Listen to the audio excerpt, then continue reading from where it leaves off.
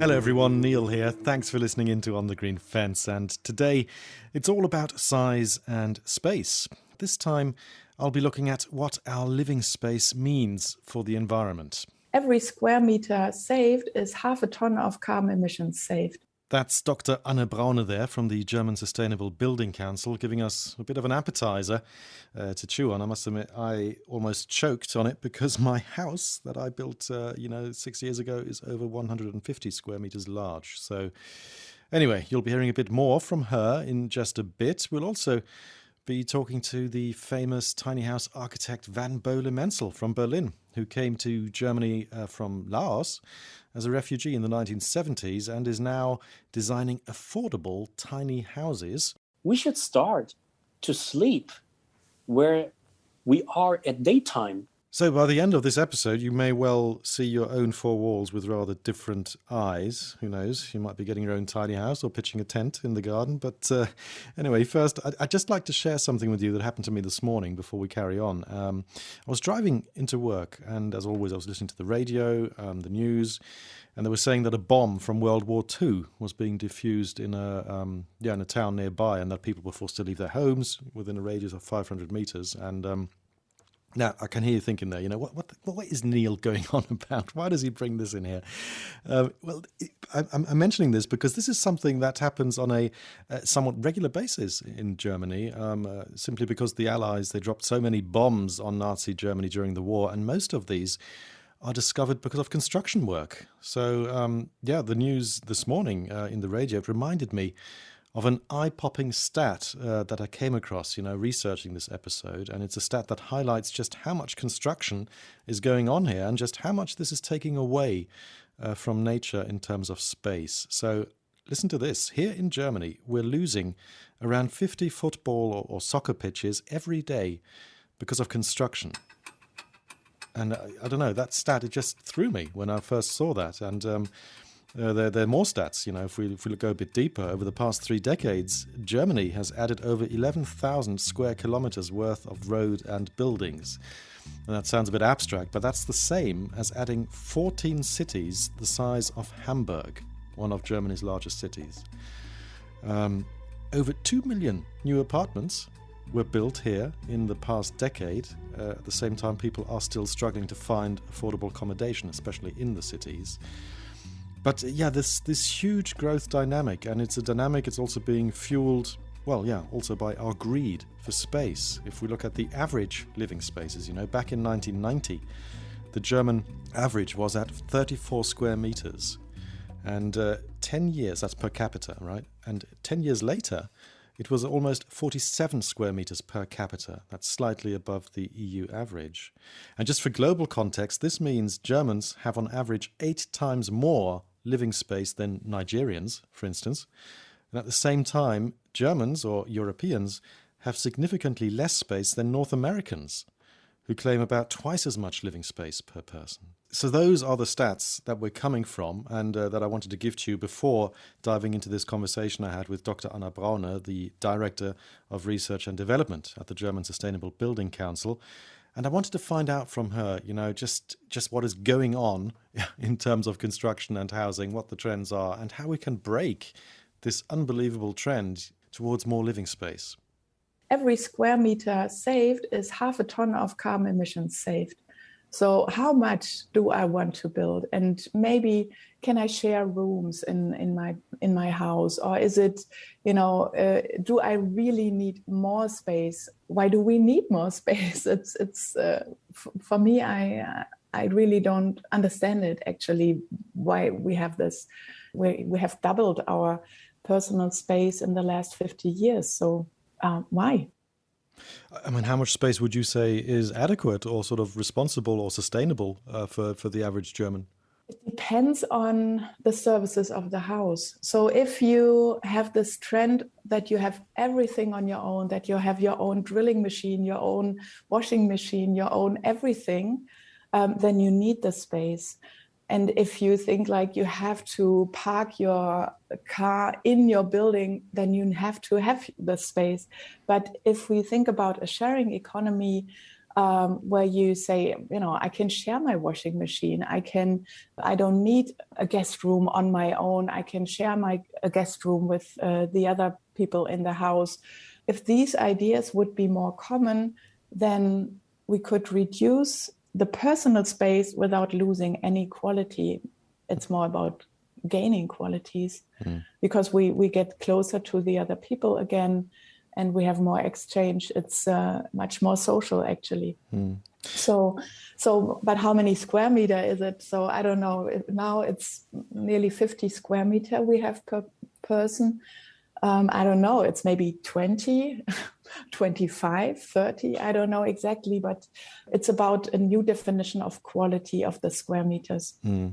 I think that's also something, if you're starting a family, for instance, and you want to build your own house, your own nest, so to speak. I don't think many people, well, I certainly wasn't really thinking about this aspect of how much space I'm taking away from the environment. And I came across a stat now just recently, which really flabbergasted me. It was a stat in Germany saying that every day 50 football pitches are sealed in Germany. That could be roads, it could be buildings, but like 50 football pitches per day. And that really hit home. I was sort of wondering, God almighty, where does that end? Does that just mean, that sooner or later Germany's going to be one concrete plain? Or how does this work out? Is this a trend that you see being broken anytime soon? It is one of our sustainability targets in our national sustainability strategy that is year by year, we're not getting anywhere. So it's getting more and more because, we have building is a huge industry like car manufacturing. And politicians will not, and it's not just the politicians in Berlin, but it's the politicians in the cities and so on. So everybody, on the one hand side, you either earn money by building and by building new, or you make someone happy, like, And there's taxes and there's always taxes along the route. There's taxes, people will vote for you. And we have the story, of course, of this that we have in cities, the increase of the rents, huge increases of the rents, but it's also because of that cities sold the houses, and now other people own it, and it's just a business to own houses, to build houses, to sell houses. And and with this in the system, it just gets more and more, and also more space that is needed, especially for mobility. We need a lot of space. In Berlin, we have 8% of the city area that's just which is reserved for parking cars. In Stuttgart, we have 12% of the city area just for parking cars, and it's just a natural, I would say, move that we need more and more space. We're in an industrialized country, and no country that needs the space for feeding our people. Yeah. But that is also a very difficult message to communicate to people, right? Even in times of, climate crisis, climate change, to say, okay, listen, in future, your kids, they're going to have to live in much smaller apartments, or, not perhaps even also maybe they should consider not building. Because that's part of everybody's life plan nowadays, isn't it? To sort of, build your own nest and or am I wrong there? I'm out of touch. I don't know if this is really the plan of everybody, and especially of the younger generation. They even don't want to own a car. Why should they own a house? So there's a lot of, so my daughter, she said she doesn't want to have a car. And she has a different way of seeing things. And it is the way of how we teach them, what is really good. And if I see, my parents' generation, they now live in these big houses. Kids moved out. We don't want to live in their houses. It's not very attractive to own a house that is made for a family, and the family only lives there in this constitution for about 20 years and then everybody moves out and does something else. I don't think it's very attractive for the future. So we should definitely talk more about the quality. Yeah. And the tiny house movement is, it came up, and it's not just a movement. I think it's really a sort of lifestyle, and, it is enough. And that younger people are very conscious of qualities that are different from maybe our qualities, or what we think, that you need more space to be happy. People want to have more time for their friends, more time for go on the streets and demonstrate. But it's not so much about having, the own house with all the responsibilities and everything. I'm very optimistic that there is, I don't think that it's the whole generation, but there's part of the next generation that is not ticking like ours. Okay, so Anna Braune from the German Sustainable Building Council, she already highlighted the tiny houses movement there. And now finally, I'd like to bring in Bo Le-Mentzel. He grew up as a refugee in Germany, became an architect, and founded the Tinyhouse University in Berlin, where he's creating rather unique and very affordable tiny houses.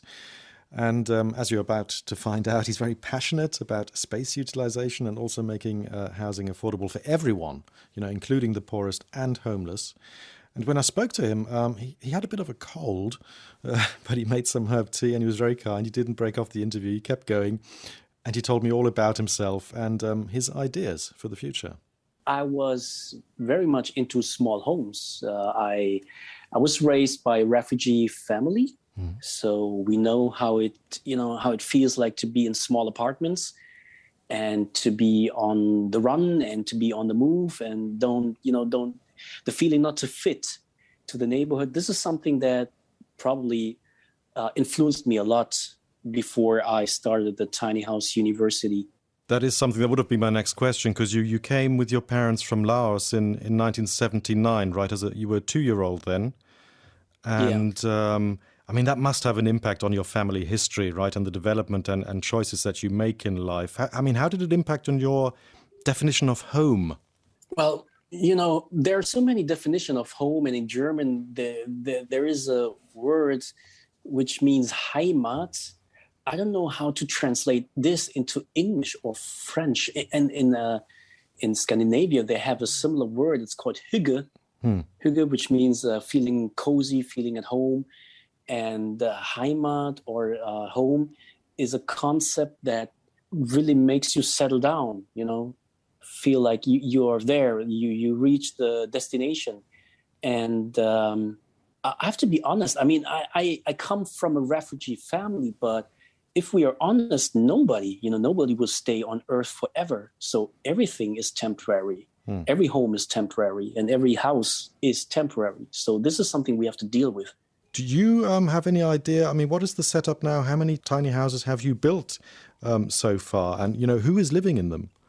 Well, the tiny house movement, as far as we know, was founded by a Californian guy, very cool dude called Jay Schaefer in California, in the US. And he was building his own cabin on wheels after the real estate crisis.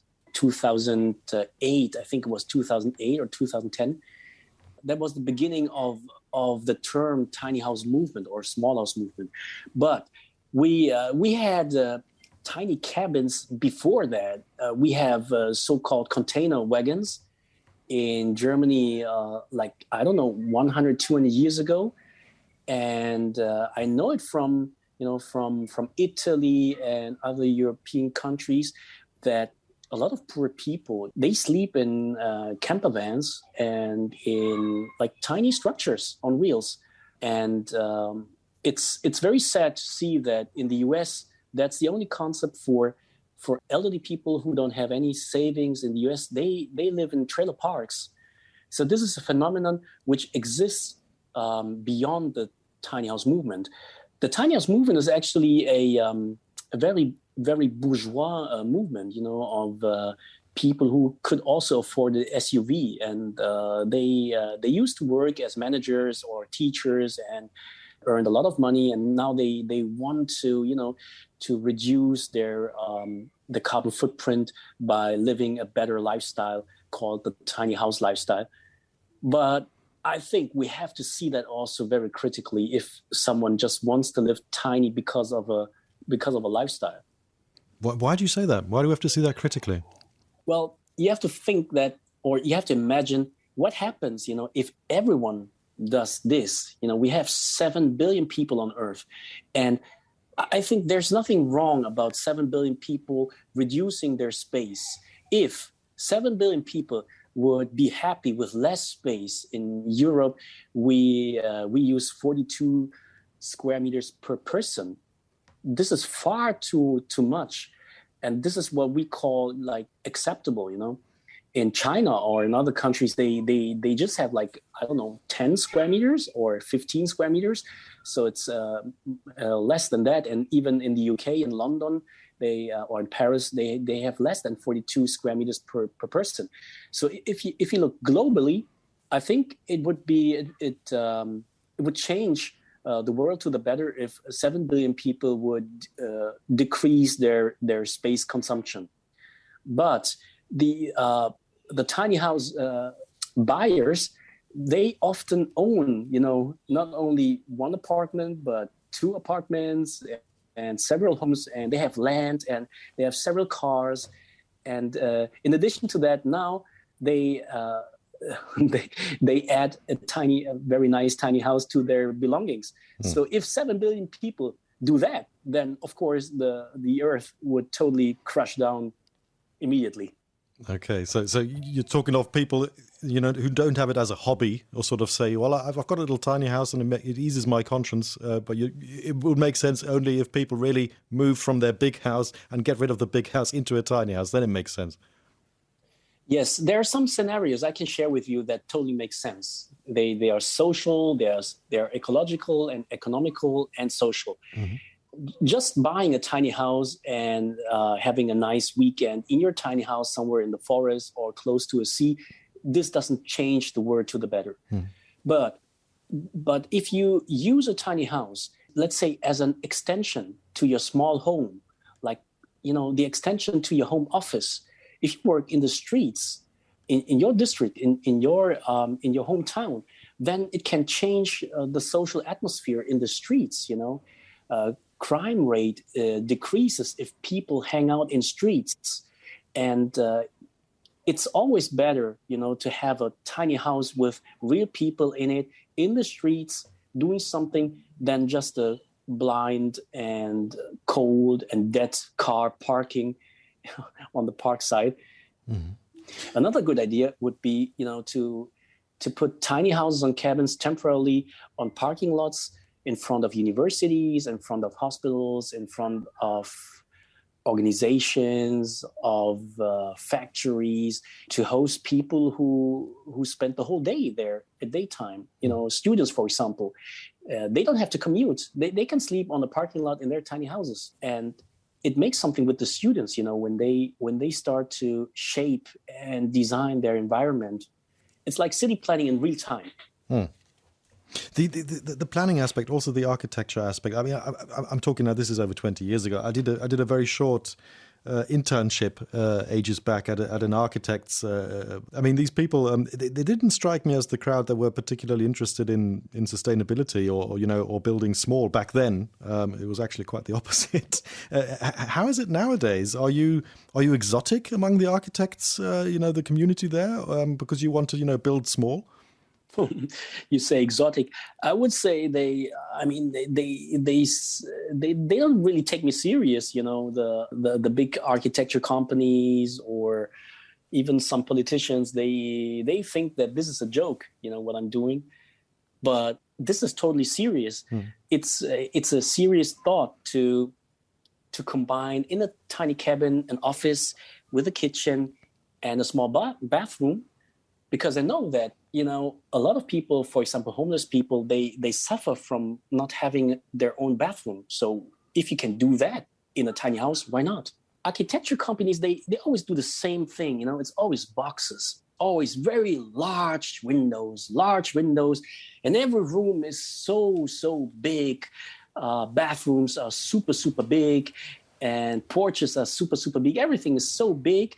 At the end, a 2-room apartment is probably too expensive for students to afford it. So, I mean, if I can give an advice to some architecture students, I would tell them to try to spend some nights in a tent. In the train, there are also bathrooms in trains. They're very small. Try to make a trip with your car, and figure out how much space you really need, to feel comfortable.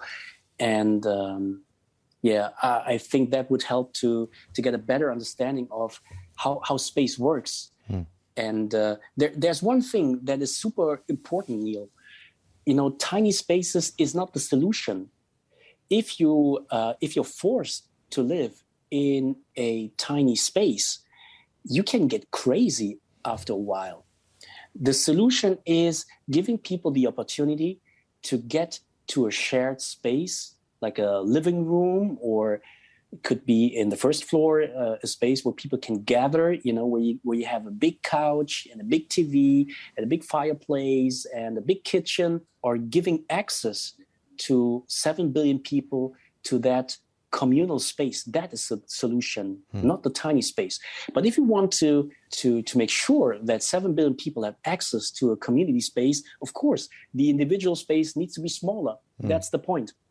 The mobile tiny houses that you specialize in, it's a maximum of 10 square meters of living space, right? Why did you choose this particular limit, 10 square meters? Well, a parking lot in Germany is 10 square meters. It's a symbolic number. I want to show that, we have like 1 million registered cars in Berlin, in Germany. And that means that there are 1 million cars parking out there every day, every night, not in use, because the statistics say that a car is just in use for 60 minutes per day. So I'm asking, what can we do with these millions of 10 square meters? And my tiny house projects are, let's say, inspirations. They just show the possibilities of what you can do on 10 square meters. But I mean, if we look at your tiny house, Tiny 100 house, I was looking at it online. There's a video also on YouTube, and it includes a shower, a bunk bed, and a workspace. It was about 6.4 square meters, I understand. And this is at 100 euros per month rent in Berlin. That was the figure that was quoted in this video. This sounds really cheap by Berlin standards, right? But is it really much cheaper than regular apartments if you break it down? The square meter price in Germany, if you want to build a new housing project, is approximately 11 or 12 euros per square meter that you have to take from the tenants. Mm-hmm. If you create a new housing project, the apartment will cost like 11 square meters per tenant. If you want to go cheap, of course, if you want to go expensive, you can take more than that. But this is what it costs, to build a house. Mm-hmm. And the idea is to create floor plans, which provides a community space in the center of each floor, and having very tiny individual spaces like cabins, coming with a little kitchen and a little bathroom, like, sizes of train bathrooms. They are really small, less than 1 square meter. You can do everything in a tiny space like that. And if you can create an apartment with only, like, let's say 7 square meters plus the additional community space, you will have at the end around like 10 or 11 square meters that you have to pay in total. Mm-hmm. So 10 times 11 is approximately 110 euro per month. And this is something that everyone in Germany can afford, even the beggars. I mean, in Germany we have a lot of people, not only homeless people, but also old people who move around in the night with the plastic bags and collect trash. They collect bottles because you get like I don't know, 5 or 10 cents per bottle if you take it. And there's so many poor people, but what they make is at least 200, 300 euros per month by sitting in the streets begging or collecting trash items. So everyone, even the poorest of the poor, can afford this apartment. And the most important thing is you have access to community. That's really the crucial thing behind that 100 euro apartment idea. We call it co-being house. It's a new type of co-living houses. I'm sort of wondering, because I was looking, this house, it looked fantastic. I was really surprised also by just how many gadgets and how modular you'd made it and the space that you managed to get into these 6.4 square meters. It was quite remarkable. I really do recommend whoever can look at it on YouTube should really check it out. But from your experience, how long is it before people say, who are living in a unit like that, this is getting too small for me, I need more space now? Is it something that always is temporary? Or are there people in it for the long haul? Some architecture offices, they are specialized on a discipline which is called elastic floor planning. That means you try to make floor plans that can grow and degrow. If a family, for example, grows, you can remove walls, and then the apartment gets bigger. And once the kids are out of home, then the apartment can shrink, and you can put again some walls inside. So this is what we call elastic floor planning or elastic housing. And I think that there are too little architects out there who are good in this, making elastic floor plans. All the floor plans that we do are elastic. That means if you don't want to live that tiny in that 7 square meter tiny 100 euro apartment, of course, you can remove some walls. We call these walls Harry Potter walls because Harry Potter, he can just, can jumps through the wall to get to the train station. So that's with a little twinkle in the eye. And that's how we call our walls. Of course, this is just a very, ordinary wall that you can remove. But that would be my next question, with families. Now, for instance, I've got 3 kids. If I were to come to you and say, listen, I'd like an elastic planning and I'd like the unit to be, sustainable and comfortable if possible, but I want it also to be tiny because I want to, do something good for the environment. I mean, how would you go about that, and how big would this tiny house be if you tailor-made it for, say, a family of 5? You have 3 kids? How come that it's so silent? I'm in the office. I'm in the office. Okay. So it would be a different sound if I were at home. That's true. Yeah, I work from home, and I sometimes really get crazy. When my kids, I have 2, when they jump around and scream around. Well, the golden rule is, Neil, each person needs his or her own space. That's the golden rule. It doesn't need to be big. It can be a really tiny, like cave or something, where you can put a bed inside and a little desk to make some homework or to make a make a podcast like you do. But everyone needs her own space. Yeah. And if you're 5 people, then this means you need 5 separate rooms. It's that easy. 5 separate rooms. They don't need to be big, but you need 5 separate rooms plus a community space. This could be the kitchen, right, where you gather and have your breakfast together. But the other rooms, they don't need to be that big. The problem is that architects, I don't know why, but they don't design apartments with 5 small rooms. They always do 3 rooms plus a kitchen. That's a problem. If we look at how we're going to bring about this change, because a lot of people in Germany in particular, the mindset, how Germans view houses. A lot of things in Germany are quite big, aren't they? Big cars, big houses. Is this something? Do you see this mindset changing, that people will sort of, get a completely different view of their homes? Well, there's a a counterpart movement to the turbo capitalism movement, right? We have the minimalistic movement. I am optimistic because I've seen the shift, the mind shift of the car, which used to be the status symbol in the 80s in Germany. Everyone wanted to have a Volkswagen, a Golf Volkswagen. That was really a must-have when you were 18, and you had to make a driver's license to get the Golf car, because that was your own space, right? And you felt free by using that car, and you could go out for dates and so on. But that shifts. Today, a lot of 18-year-old people, they go to Fridays for Future protests. They don't even have a driver's license, and they're not thinking of making a driver's license. They don't want to own a car. And what a lot of families do is that they sell their car and buy a cargo bike instead. And this is something, or a bike instead. This is something that makes me really happy. That will probably ring true for cities, right? But it's a different story in rural Germany, isn't it? Or don't you get that feeling? If we look at the trends, not only in Germany but all over the world, we see that people are moving from the rural areas to the cities. No one is feeling really comfortable in rural areas anymore. Of course, if you want to spend some weekends in the rural areas in your weekend apartment, that's totally fine.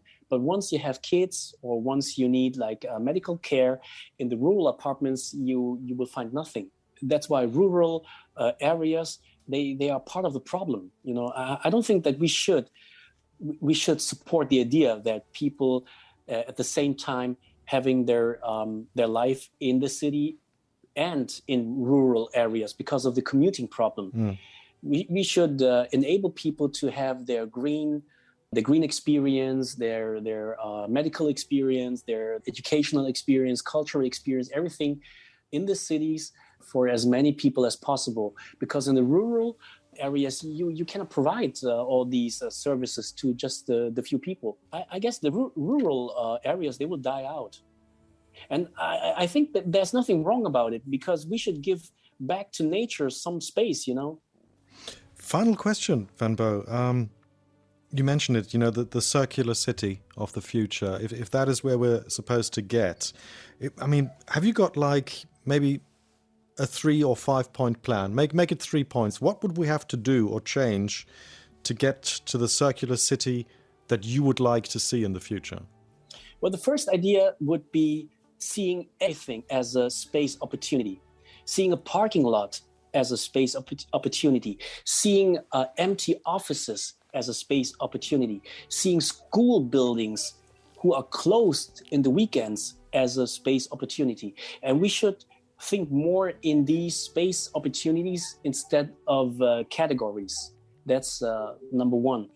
And the second thing is we should start to sleep where we are at daytime. If you are at daytime in your office very, very long, try to create or to think about having the whole family there. I know that it doesn't fit all the time, but maybe you should carry or bring the office to your home then, or in a tiny house in front of your home. The idea is to decrease commuting traffic. And the third point I would say is to avoid concrete. I think concrete as a material is one of the worst thing we ever invented. It's like cancer for the earth. It's really a bad, evil thing. We should more try to build with wooden material or clay or other natural material. Van Bo, thank you very much for your time and talking to us here with On the Green Fence. That was very interesting. You're welcome. And now, get back to your kids. They're waiting for you. They've actually one of them's got a football match in the dark with floodlights, and I have to get to it now. So he's probably waiting, looking already. Where's my daddy? Okay. Imagine that football court was on top of your office building. Then that would be so easy. Yes. Then we could talk longer. Totally yeah. Yeah. Then I could just say, listen, Van Bo, we've got another 10 minutes, and then I'm going to walk up to my son.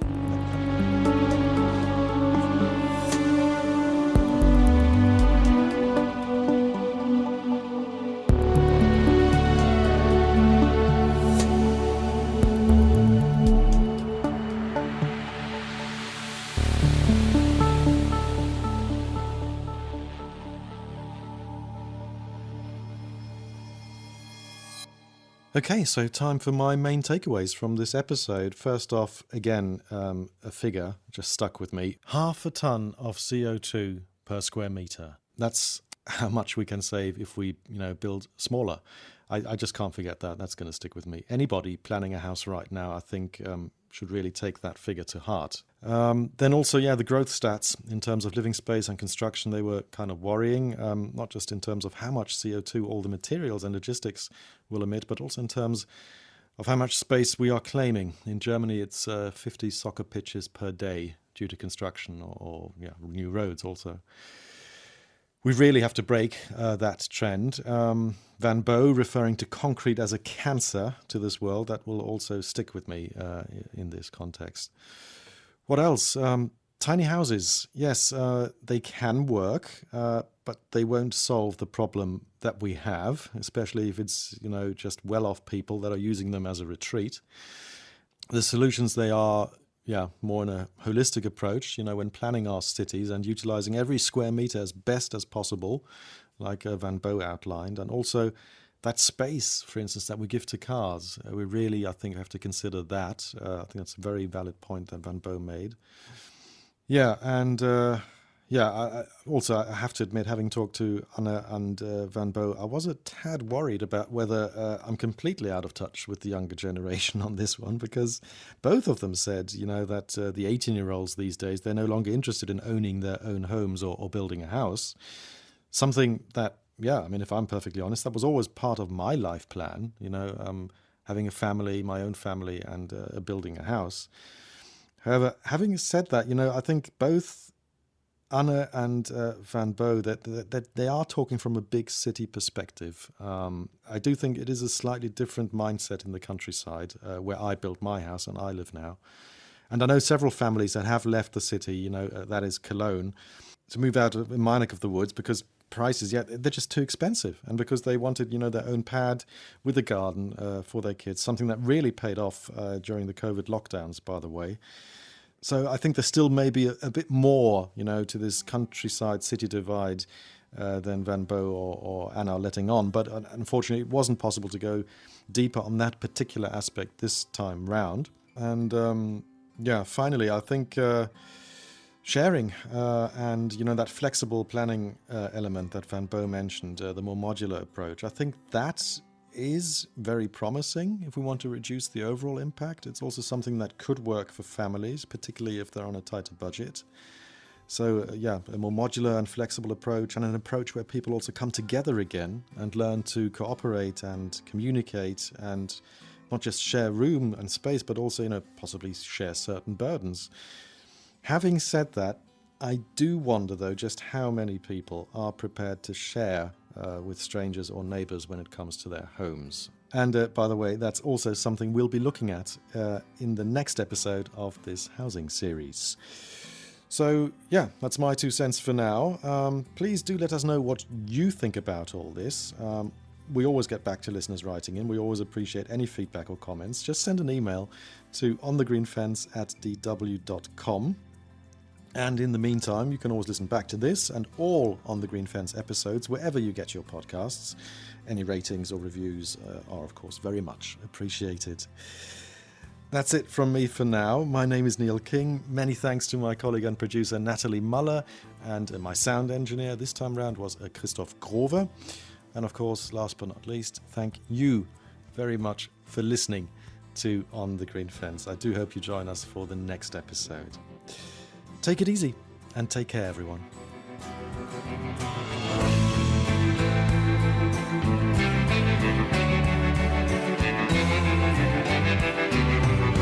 On the Green Fence.